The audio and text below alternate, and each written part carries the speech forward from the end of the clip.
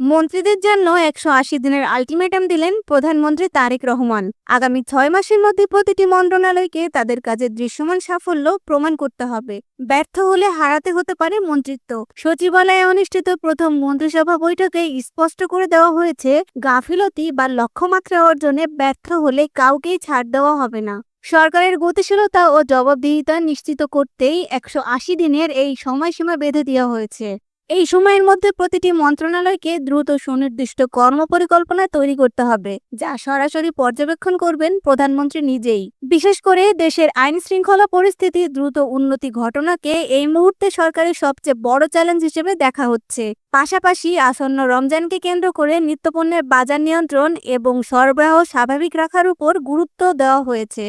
সেহরি ও ইফতারের সময় যাতে নিরবচ্ছিন্ন বিদ্যুৎ সেবা নিশ্চিত থাকে সে বিষয়েও কঠোর নির্দেশনা দেওয়া হয়েছে।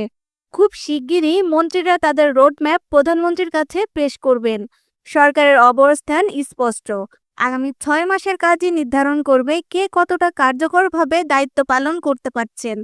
জনসভার দৃশ্যমান ফল নিশ্চিত করতেই এই কঠোর বার্তা, এমনটাই মনে করছেন বিশ্লেষকরা।